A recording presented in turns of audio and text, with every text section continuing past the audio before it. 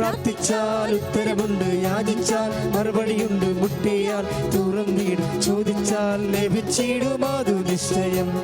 പ്രാർത്ഥിച്ചാൽ ഉത്തരമുണ്ട്, യാചിച്ചാൽ മറുപടിയുണ്ട്, മുട്ടിയാൽ തുറന്നിടും, ചോദിച്ചാൽ ലഭിച്ചിടും അതു നിശ്ചയം. കിടപ്പ് രോഗിയുള്ള കുടുംബങ്ങൾ, ആന്തരികമായ ഓർഗൻ അവയവങ്ങൾ ഡാമേജ് ആയിട്ടുള്ള കുടുംബങ്ങൾ, കരൾ, കിഡ്നി, ഹൃദയം, പാങ്ക്രിയാസ്, ഇങ്ങനെയുള്ള എന്തെങ്കിലും അവസ്ഥകൾ, ഗർഭാശയ സിസ്റ്റമുള്ളവർ, അർസസ് രോഗികൾ, അൾസർ രോഗികൾ, PCOD രോഗികൾ, മൂത്രത്തിൽ കല്ലുള്ളവർ, കിഡ്നിയിൽ കല്ലുള്ളവർ, ഗർഭാശയത്തിൽ സിസ്റ്റമുള്ളവർ, മക്കളില്ലാത്തവർ, ട്യൂബ് മുറിച്ച് കളഞ്ഞവർ, ഒരു ട്യൂബ് മാത്രം അവശേഷിക്കുന്നവർ, എല്ലാവരുടെ മേലും കർത്താവ് ആ ശരീരത്തിൻ്റെ അവയവങ്ങളെല്ലാം എൻ്റെ മക്കൾ വിശ്വാസത്തോടെ, നിങ്ങൾക്കറിയാം ഇത് കൃപാസനം, പരിശുദ്ധ അമ്മ 24 മണിക്കൂറും മധ്യസ്ഥം വഹിക്കുന്ന കർത്താവിൻ്റെ ഒരു സന്നിധാനമാണ്. അതുകൊണ്ടാണ് ആയിരക്കണക്കിന് സാക്ഷ്യങ്ങൾ യൂട്യൂബിൽ കിടക്കുന്നത്. അതുകൊണ്ട് നിങ്ങൾ ദയവായി ഇപ്പോഴീ രോഗങ്ങളുള്ളവരെ ആ രോഗമുള്ള ഇടത്ത് നിങ്ങളുടെ കൈകൾ വെക്കണം. എന്നിട്ട് പറയണം, അമ്മേ എനിക്ക് വേണ്ടി ഇപ്പം മധ്യസ്ഥം വഹിക്കണം, ഞാൻ നിൻ്റെ തിരുക്കുമാരൻ്റെ നാമത്തിലാണ് എൻ്റെ ശരീരത്തിൽ കൈവച്ചിരിക്കുന്നത്. ഈ രോഗവും ഇതിൻ്റെ അപ്പുറത്തെ രോഗങ്ങൾ ലോകത്തുള്ള സമസ്തവും യേശുക്രിസ്തുവിൻ്റെ പാദത്തിന് കീഴിലാണെന്ന് ഞാൻ വിശ്വസിക്കണമെന്ന്. അങ്ങനെ രോഗാവസ്ഥകളിൽ കൈവച്ചുകൊണ്ട്, രോഗത്തിൻ്റെ ഇടങ്ങളിൽ കൈവച്ചുകൊണ്ട് പ്രാർത്ഥിക്കട്ടെ. അച്ഛനോട് ചേർന്ന് പ്രാർത്ഥിക്കുക. കർത്താവേ, ഞങ്ങൾ പ്രാർത്ഥിക്കുന്നു, അമ്മയുടെ മധ്യസ്ഥതയില് പ്രാർത്ഥിക്കുന്നു. കിഡ്നി രോഗികള്, കരൾ രോഗികള്, പാങ്ക്രിയാസ് രോഗികള്, ഹൃദയ രോഗികള്, ടോൺസൈറ്റ് രോഗികള്, ക്യാൻസർ രോഗികള്, സിസ്റ്റ് രോഗികള്, PCOD രോഗികള്, ഫിസ്റ്റുല രോഗികള്, അർസസ് രോഗികള്, യേശുവിന്റെ നാമത്തില്, യേശുവിന്റെ നാമത്തില്, യേശുവിന്റെ നാമത്തില് ഈ നിമിഷം സൗഖ്യം പ്രാപിക്കട്ടെ. ശ്രദ്ധിക്കട്ടെ. Hallelujah, hallelujah, hallelujah, hallelujah, hallelujah, യേശുവേ, ഹല്ലേലൂയ. ആരാധിക്കുമ്പോൾ വിടുതൽ, ആരാധിക്കുമ്പോൾ സൗഖ്യം, ആരാധിക്കുമ്പോൾ വിടുതൽ, ആരാധിക്കുമ്പോൾ സൗഖ്യം. ദേഹം ദേഹി ആത്മാവിൽ സമാധാനം സന്തോഷം ദാനമായവൻ നൽകിടും. ദേഹം ദേഹി ആത്മാവിൽ സമാധാനം സന്തോഷം ദാനമായവൻ നൽകിടും. പരിശുദ്ധ പരമദിവ്യകാരുണ്യത്തിന് ആരാധനയും സ്തുതിയും പുകഴ്ചയും ഉണ്ടായിരിക്കട്ടെ. പ്രിയമുള്ളവരെ, നമ്മൾ പ്രാർത്ഥിക്കാൻ പോകുന്നത് തർക്കപ്പുരയിടങ്ങൾ. ഇപ്പം എൻ്റെ മനസ്സ് വന്നതാണ് കേട്ടോ, കർത്താവ് തന്നതായിരിക്കും, അല്ലെങ്കിൽ ആരാധന നിൽക്കുമ്പോൾ വേറെ ചിന്ത വരേണ്ട കാര്യമില്ലല്ലോ. ഇത് തർക്കപ്പുരയിടങ്ങൾ, നിങ്ങൾ ശ്രദ്ധിക്കണം. ഇപ്പം ചില ഉടമ്പടി ചെയ്തിട്ടുള്ളവർക്ക് അങ്ങനെ ഉണ്ടാകും.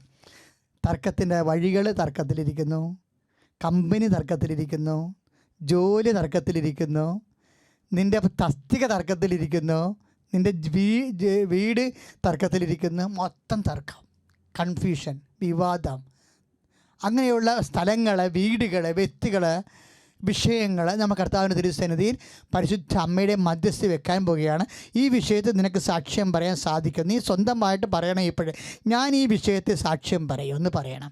എൻ്റെ ദൈവം ഈ നിമിഷം പരിശുദ്ധ അമ്മയുടെ മധ്യസ്ഥതയിൽ എൻ്റെ ജീവിതത്തിൽ ഇടപെടും. ഞാൻ കർത്താവിൻ്റെ സാക്ഷിയാകും. ഏറ്റു പ്രാർത്ഥി. കർത്താവായ ദൈവമേ, തർക്കപ്പുരയിടങ്ങൾ, തർക്ക ജോലികൾ, തസ്തികൾ, വഴികൾ, ഇങ്ങനെയുള്ള എല്ലാ സംഭവങ്ങളെയും കർത്താവേ പരിശുദ്ധ അമ്മയുടെ മധ്യസ്ഥതയിലെ ഈശോയ്ക്ക് സമർപ്പിക്കുന്നു. കർത്താവേ, ഇപ്പോഴും ഇടപെടണമേ.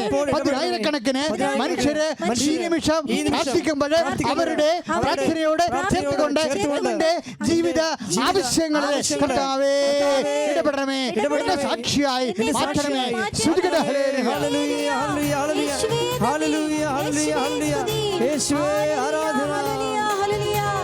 വിടുതലിൻ ആത്മാവേ നിറയണമേ, അഗ്നിതൻ അഭിഷേകമായി എന്നിൽ പടരണമേ. വിടുതലിൻ ആത്മാവേ എന്നിൽ നിറയണമേ, അഗ്നിതൻ അഭിഷേകമായി എന്നിൽ പടരണമേ. പരിശുദ്ധ പരമദിവ്യകാരുണ്യത്തിന് നേരവും ആരാധനയും സ്തുതിയും പുകഴ്ചയും ഉണ്ടായിരിക്കട്ടെ.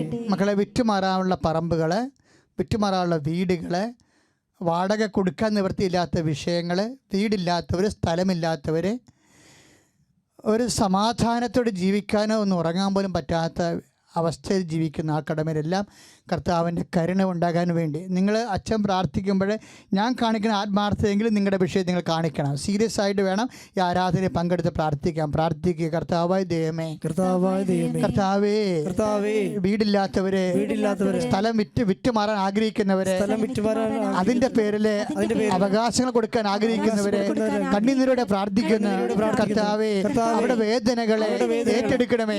എല്ലാവരുടെയും എല്ലാ വിഷയത്തിനു മേലും സമാശ്വാസത്തോടെ കർത്താവേ, നിന്റെ ശക്തി ലഭിച്ച് അവർ സമാധാനത്തോടെ നിന്നെ മഹത്വപ്പെടുത്തി ജീവിക്കാൻ അമ്മേ, പരിശുദ്ധമേ, ഇപ്പോഴും മധ്യസ്ഥം വഹിക്കണമേ. Hallelujah, hallelujah, hallelujah, hallelujah, hallelujah, hallelujah, hallelujah, hallelujah, hallelujah. ആരാധന, ആരാധന, ആരാധന,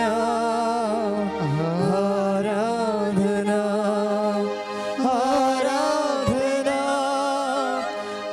ആരാധന, ആരാധന, ആരാധന.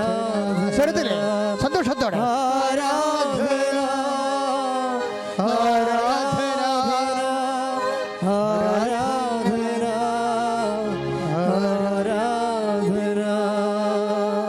പരിശുദ്ധ പരമദിവ്യകാരുണ്യത്തിന് എന്നേരവും ആരാധനയും സ്തുതിയും പുകഴ്ചയും ഉണ്ടായിരിക്കട്ടെ. മക്കളെ, മൗന പ്രാർത്ഥനയുടെ സമയമാണ്. മക്കളില്ലാത്തവർ അടിവയറ്റ് കൈവച്ച് പ്രാർത്ഥിക്കണം. ഈ സമയത്ത് മക്കളില്ലാത്തവർ അടിവയറ്റ് കഴിച്ച് അമ്മയോട് പ്രാർത്ഥിക്കണം. അമ്മേ,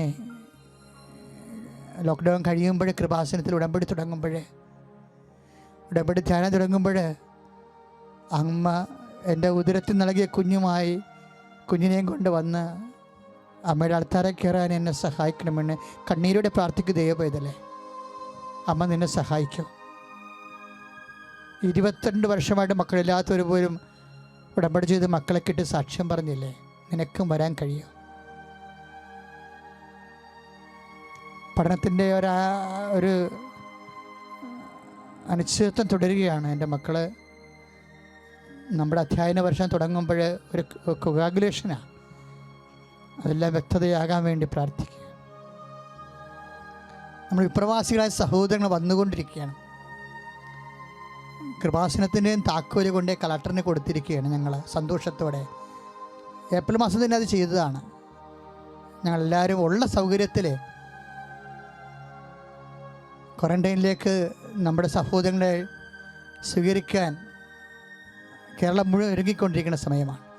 ഞങ്ങളതിന് പരിശുദ്ധ അമ്മയുടെ ആലയവും അതിനുവേണ്ടി തുറന്നു കൊടുത്തിരിക്കുക. എല്ലാ ക്വാറന്റൈനിൽ താമസിക്കുന്നവരെല്ലാം പെട്ടെന്ന് എല്ലാം നെഗറ്റീവായിട്ട് തിരിച്ച് പൊതുജീവിതത്തിലേക്ക് വരണം. അവരെല്ലാം സമർപ്പിച്ചുകൊണ്ട് പ്രാർത്ഥിക്കുക. ആരോഗ്യ പ്രവർത്തകരെയും മുഖ്യമന്ത്രിയെയും പ്രധാനമന്ത്രിയെയും അതിനുവേണ്ടി പ്രവർത്തിക്കുന്ന എല്ലാവരെയും, പ്രത്യേകിച്ച് പോലീസ് സഹോദരങ്ങളെ ഓർത്തുകൊണ്ട് പ്രാർത്ഥിക്കുക. നമ്മൾ ഈ കാലം കടന്നു പോവുകയാണ്. നമ്മളതിനെ അതിജീവിക്കും ദൈവത്തിലെ.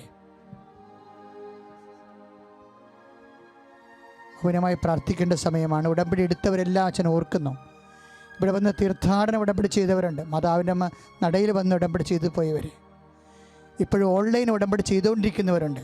അവരുടെ എല്ലാ ആവശ്യങ്ങളെയും അച്ഛൻ ഇപ്പോഴ് പരിശുദ്ധ അമ്മ വഴി ഈശോയ്ക്ക് ഏൽപ്പിക്കുന്നു. നമുക്ക് ലോക്ക്ഡൗൺ തീരണവരെയാണ് ഓൺലൈൻ ഉടമ്പടിക്ക് സാധ്യതയുള്ളത്. അതുകൊണ്ട് അകലങ്ങളിലും വിദൂര രാജ്യങ്ങളുള്ളവരെ ഈ ദിവസങ്ങളിൽ തന്നെ ഉടമ്പടി ചെയ്യണമെന്ന് പ്രത്യേകം ഓർപ്പിക്കുന്നു.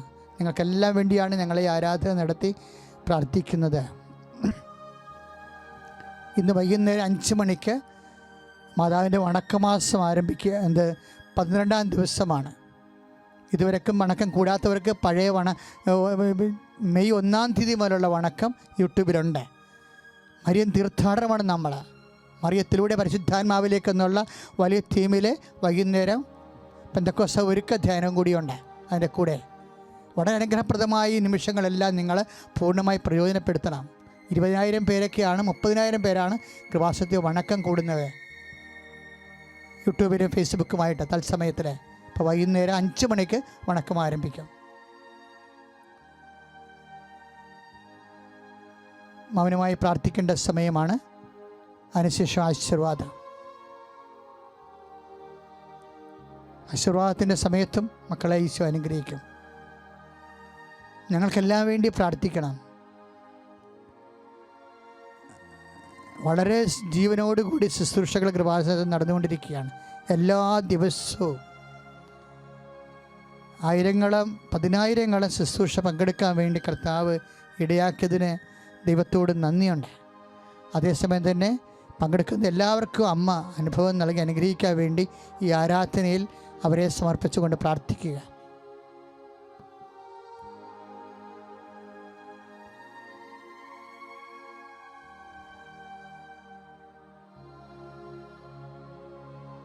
നിമിഷം ഓൺലൈനിലൂടെ പ്രാർത്ഥന ആരംഭിച്ച് ചോദിച്ചവരെ വണക്കത്തിലൂടെ വണക്കമാസം സമയത്തും കൃപാസനത്തിലേക്ക് പ്രാർത്ഥന ആവശ്യപ്പെട്ടവരെ എല്ലാവരും ഓർക്കുന്നു. ഈ ശുശ്രൂഷ നടന്നുകൊണ്ടിരിക്കുന്ന സമയത്ത് ഫേസ്ബുക്കിലൂടെയും യൂട്യൂബിലൂടെയും പ്രാർത്ഥനാ സഹായം അപേക്ഷിച്ചവരെ അച്ഛൻ്റെ ഇമെയിലിലേക്ക് ഒത്തിരി പേര് പ്രാർത്ഥനാ സഹായം അപേക്ഷിച്ചിട്ടുണ്ട്. എല്ലാവരുമായിട്ട് സ്യൂം ആപ്പിൽ ഓരോരുത്തരെ കണ്ടുകൊണ്ട് ഒരു ജപമാല ചൊല്ലി നിങ്ങൾക്ക് വേണ്ടി പ്രാർത്ഥിക്കാമെന്ന് ഞാൻ ആഗ്രഹിക്കുക.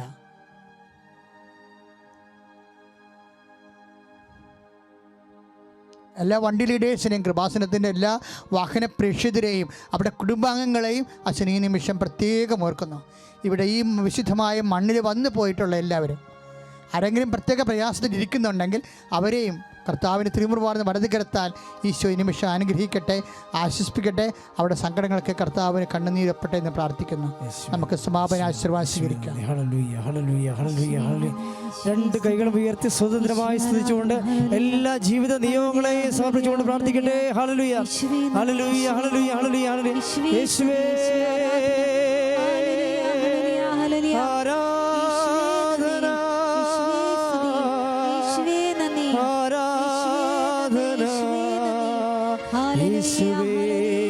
സ്തുതിക്കട്ടെ, സ്തുതിക്കട്ടെ. Hallelujah, hallelujah, hallelujah, hallelujah, hallelujah.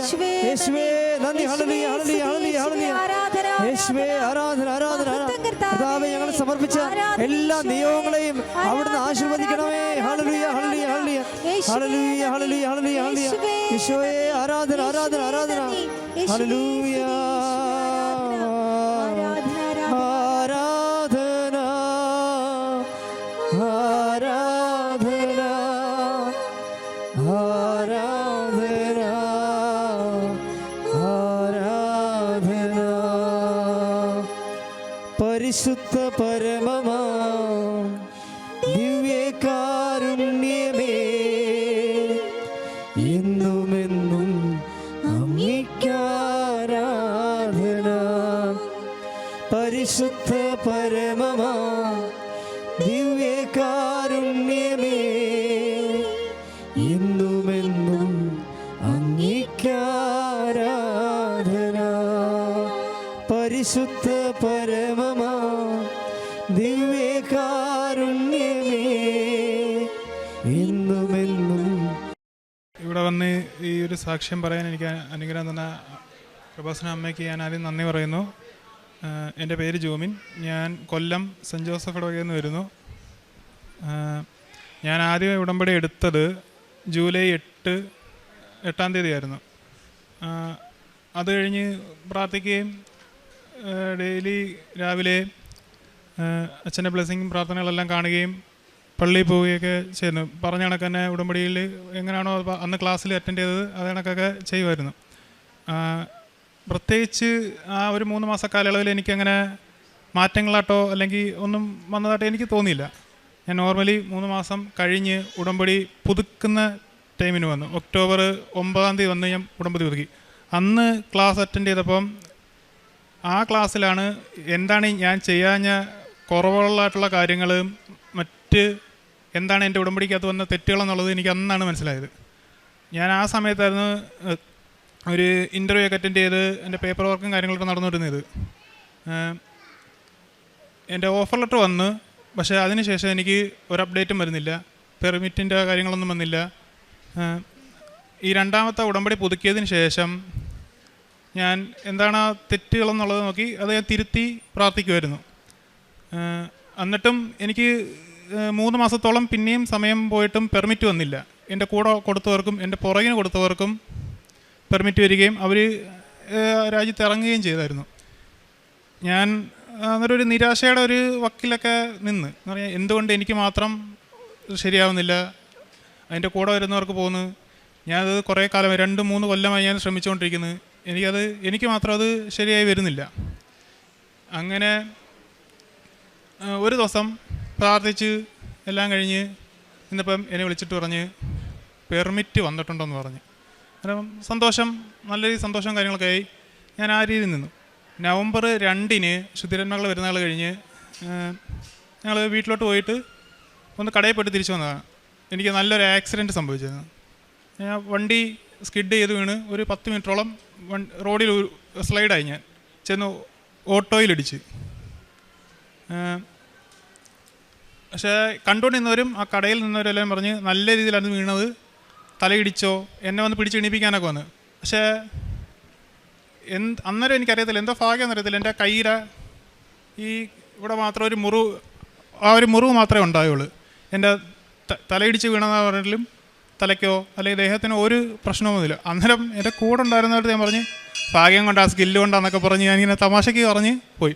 പക്ഷേ അത് കഴിഞ്ഞ് നവംബർ 2 ഞാൻ അത് കഴിഞ്ഞ് വന്ന ബുധനാഴ്ച എന്നെ എൻ്റെ ഏജൻസിയിൽ നിന്ന് വിളിച്ചിട്ട് പറഞ്ഞ് നിൻ്റെ പേപ്പർ വർക്കെല്ലാം ആയിട്ടുണ്ട്, നീ മെഡിക്കൽ എടുക്കാൻ വേണ്ടി നവംബർ 10 മുംബൈയിൽ വരണമെന്ന് പറഞ്ഞ്. അങ്ങനെ അന്നേരമാണ് ഈ കാര്യം മനസ്സിലായത്. ആ വീഴ്ചയിൽ എനിക്ക് എന്തെങ്കിലും പറ്റിയിരുന്നെങ്കിൽ 10-ാം തീയതി മെഡിക്കൽ എടുക്കാൻ പോകാൻ എനിക്ക് സാധിക്കത്തില്ല. കാരണം എൻ്റെ 3 വർഷത്തെ പ്രയത്നമാണത്. അന്നേരം അതിന് പോകാൻ സാധിക്കാതെ വന്നേരം അന്നേരം എനിക്ക് മനസ്സിലായി അമ്മ കൂടെ ഉണ്ടായതിൻ്റെ ഒരൊറ്റ ബലത്തിലാണ് എനിക്ക് അത്രയും വലിയ ആക്സിഡൻറ്റിൽ ഒന്നും പറ്റാഞ്ഞത്, ഞാൻ രക്ഷപ്പെട്ടെന്നുള്ളത്. അങ്ങനെ ഞാൻ 10 മുംബൈക്ക് പോയി. മെഡിക്കലിൽ ഞാൻ ചെന്നിറങ്ങുന്നത് രാവിലെയാണ്. ഫ്ലൈറ്റ് ചെന്നിറങ്ങി, ഉറങ്ങിയിട്ടില്ല, ആഹാരം കഴിച്ചിട്ടില്ല, ചെന്ന് വെള്ളം കുടിച്ച് മെഡിക്കൽ എടുത്ത്. എനിക്ക് BP സാധാരണ നോർമലി എനിക്ക് BP ലോ ആണ്. വീട്ടിൽ ഹൈ BP ഉള്ളതാണ്, ഉപ്പ് യൂസ് ചെയ്യാതെ എൻ്റെ BP ലോ ആണ്. പക്ഷെ അന്നത്തെ ദിവസം ഞാൻ അവിടെ ചെന്നപ്പം എനിക്ക് BP ഹൈ ആണ്, 160 സംതിങ് എൻ്റെ BP. അന്നേരം അവർ ചോദിച്ച് ഹൈ എന്തെങ്കിലും പ്രശ്നമുണ്ടോ, ഇഷ്യൂ ഉണ്ടോ? ഞാൻ പറയും നോർമലി BP ലോ ആണ് വരുന്നത്, ഹൈ ട്രാവൽ ചെയ്തതിൻ്റെ എന്ന് പറഞ്ഞു. ഞാൻ അന്നേരം ചെറുതായിട്ടൊന്ന് ടെൻഷനായി. എന്ന് പറഞ്ഞാൽ ഇനി ഈ BPയുടെ ഇഷ്യൂവിൻ്റെ പുറത്ത് മെഡിക്കൽ ഫെയിലാവുമോ അല്ലെങ്കിൽ റീമെഡിക്കൽ വരുമോ എന്ന് ടെൻഷൻ ഉണ്ടായിരുന്നു. പക്ഷേ വൈകുന്നേരം ആയപ്പം പ്രശ്നങ്ങളൊന്നുമില്ല. ഞാൻ പ്രാർത്ഥിച്ചായിരുന്നു. അങ്ങനെ കാശുരൂപം എൻ്റെ കയ്യിൽ ഉടമ്പടി എടുത്ത് അന്ന് തൊട്ട് ഞാൻ കൊണ്ടുനടക്കുമായിരുന്നു. ആ കാശുരൂപം ഞാൻ ഉടമ്പടി എടുത്ത് എന്ന് തൊട്ടോ എൻ്റെ കൂടെ ഉണ്ട്, എൻ്റെ കൊന്തയിലുണ്ട്. ഞാൻ ഇതുവരെ അത് മാറ്റിയിട്ടില്ല. ഫുൾ ടൈം ഞാൻ കാശുരൂപം എൻ്റെ കയ്യിൽ ഇപ്പോഴും ഉണ്ട്. ഞാൻ ഇങ്ങനെ കൊന്തയിലിട്ടേക്കത്തേ ഉള്ളൂ. പ്രാർത്ഥിക്കാൻ നേരത്ത് കൊന്തയിൽ വരിക, കാശുരൂപം പിടിച്ചാണ് പ്രാർത്ഥിക്കുന്നത്. അങ്ങനെ മെഡിക്കൽ ഓക്കെ ആയി. അന്നേരം പറഞ്ഞ് 10 ദിവസം അവിടെ മുംബൈയിൽ വെയിറ്റ് ചെയ്യണമെന്ന് പറഞ്ഞ്. മുംബൈയിൽ വെയിറ്റ് ചെയ്ത് ആദ്യം ഞാൻ നിന്നത് ഒരു ഹിന്ദിക്കാരുടെ ഏരിയ ആയിരുന്നു. അതവിടെ ഫുഡോ അല്ലെങ്കിൽ അക്കോമഡേഷനോ ഒന്നും നല്ലതല്ലായിരുന്നു. അന്നേരം ഒരു ചേച്ചി വിളിച്ചിട്ട് പറഞ്ഞു, എടാ ഇങ്ങോട്ട് വാ, നമുക്കിവിടെ സ്ഥലമുണ്ട്, സൗകര്യമുണ്ട്, കുഴപ്പമില്ല, മലയാളികളുണ്ടോയെന്ന് പറഞ്ഞ്. അങ്ങനെ ഇഷ്ടമില്ലാതെ പോയി നോക്കാമെന്ന് പറഞ്ഞ് ചെന്ന്. സംഭവം അവിടെ ചെന്നപ്പോൾ ഞങ്ങൾ നിന്നതിനെക്കാട്ടി നല്ല സൗകര്യമുള്ള സ്ഥലവും മലയാളികളുടെ റെസ്റ്റോറൻറ്റ്, ഏജൻസിക്ക് എംബസിക്ക് തൊട്ടടുത്ത് തന്നെ അക്കോമഡേഷനും, ട്രാവൽ ചെയ്യാൻ എളുപ്പം. അങ്ങനെ ഞങ്ങൾ പിറ്റേന്ന് തന്നെ അവിടെ നിന്ന് ഇവിടെ വന്ന് നിന്ന്. ഇൻ്റർവ്യൂവിൻ്റെ അന്ന് രാവിലെ എൻ്റെ അടുത്ത് പറഞ്ഞ് ചെല്ലണമെന്ന് പറഞ്ഞു എംബസിയിൽ. ഞങ്ങൾ ചെന്നപ്പോൾ എൻ്റെ കൂടെ ഒരു 3-4 പേരുണ്ടായിരുന്നു. അതിൽ 2 പേർക്ക് സബ്മിഷനും ഞങ്ങളുടെ കൂട്ടത്തിൽ 3 പേർക്ക് ഇൻ്റർവ്യൂ ആയിരുന്നു. അന്നേരം ഈ കൂടെ സബ്മിഷൻ ഉള്ളവരുടെ ഫയൽ ഒരു എംബസിയുടെ പുറത്ത് നരിമാൻ പോയിൻ്റ് എന്ന് പറയും, അവിടെ ഞങ്ങൾ ബീച്ച് സൈഡിൽ ഇരുന്നാണ് പേപ്പർ നോക്കിയത്. എൻ്റെ ഫയൽ കറക്റ്റായിട്ട് ഏജൻറ്റ് തന്നുകൊണ്ട് അത് കണക്കിന് ഇരിപ്പുണ്ടായിരുന്നു. അന്നേരം കൂടെ ഒരാളുടെ പേപ്പറിൽ എന്തോ കുറവുണ്ടെന്ന് പറഞ്ഞപ്പം ഇവിടെ ഒന്ന് നോക്കാമെന്ന് പറഞ്ഞ് തന്നെ. അന്നേരം അവനോടൊരിത് നോക്കേണ്ട വഴിക്ക് ഒന്ന് മറിച്ച് നോക്കി എല്ലാം വെച്ച് കുഴപ്പമില്ല പേപ്പറെല്ലാം ഉണ്ടെന്ന് പറയാൻ വേണ്ടി കൊടുത്ത്.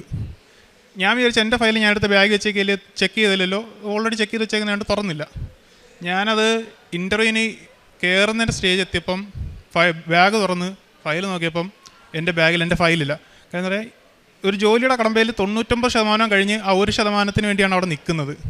ആകെ ഞാൻ ടെൻഷനായി.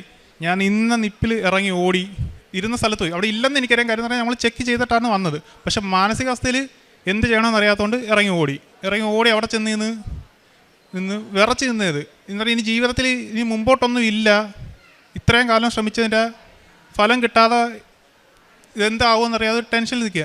അന്നേരം ആ കൂട്ടുകാരൻ അവൻ ഓടി വന്നിട്ട് പറഞ്ഞു, എൻ്റെ ബാഗിലുണ്ട് എന്ന് പറഞ്ഞാൽ അവൻ കൊണ്ടുവന്നു. ഞാൻ അന്നേരം പ്രാർത്ഥിച്ചുകൊണ്ടാണ് ഓടുന്നത്. അതായത് ഇനി എന്താകുമെന്നൊരു പ്രതീക്ഷയില്ലാത്ത അവസ്ഥയായിപ്പോയി. അവൻ കൊണ്ടുവന്ന് അതേ ഫയലുമായിട്ട് അടുത്ത അതേ കണക്ക് ഓടി എംബസിയുടെ അവിടെ വന്ന്. നമുക്ക് എംബസിയിൽ ഇൻ്റർവ്യൂ ഇരിക്കുന്ന 3 പേരുണ്ട്. നമ്മൾ ഓരോരുത്തരുടെ ഇതിലാണ് ഇരുത്തുന്നത്.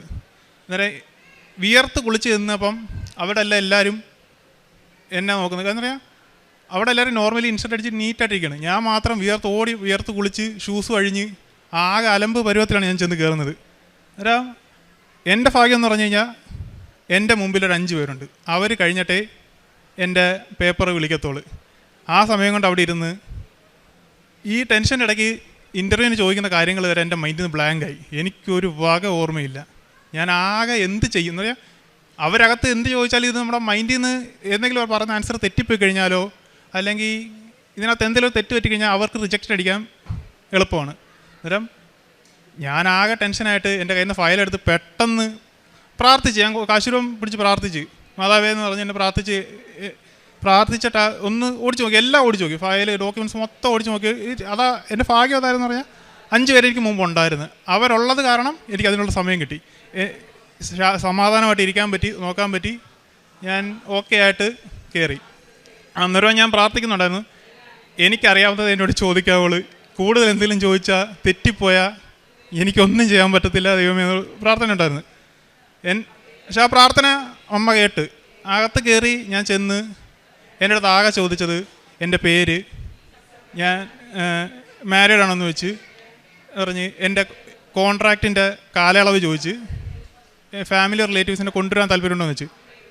ഇത് കറക്റ്റ് എല്ലാവർക്കും അറിയാവുന്ന ആൻസറാണ്, കോമൺ ആയിട്ട് അവിടെ പഠിപ്പിച്ചു കൊടുക്കുന്ന ആൻസറാണ്. അങ്ങനെ അത് കഴിഞ്ഞപ്പോൾ അവർ എൻ്റെ അടുത്ത് പറഞ്ഞു, okay Jomin, you can go outside and sign the documents എന്ന് പറഞ്ഞു.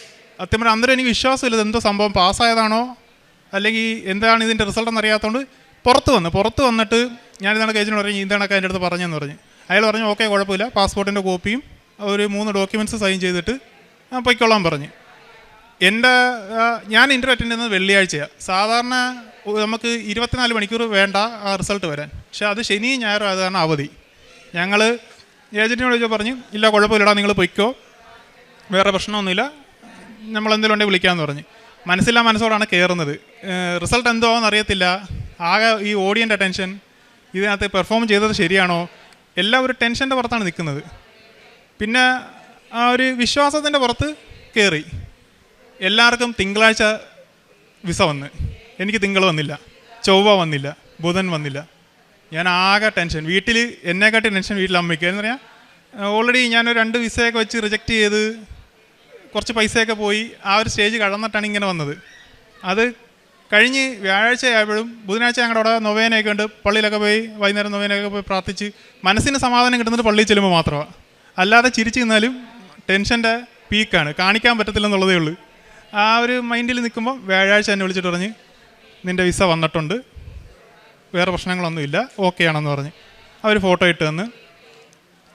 ഈ ഇത്രയും ടൈം കാലയളവ് ആദ്യത്തെ തടസ്സങ്ങളെല്ലാം വന്ന സമയത്തും ഞാൻ ആകെ പ്രാർത്ഥിച്ചത്, ദൈവമേ ഈ കരുതി വെച്ചേക്കുന്നത് എന്താണെന്ന് എനിക്കറിയത്തില്ല, ഞാൻ ശ്രമിക്കുന്നത് ഇതിനു വേണ്ടിയാണ്, എനിക്കത് കിട്ടണമെന്ന് ഞാൻ ആഗ്രഹിക്കുന്നു. കാര്യം പറഞ്ഞാൽ ഇതിൽ കിട്ടിയാൽ ഞാൻ രക്ഷപ്പെടും, എനിക്ക് കുടുംബത്തെ രക്ഷപ്പെടുത്താം, ഓക്കെയാണ്.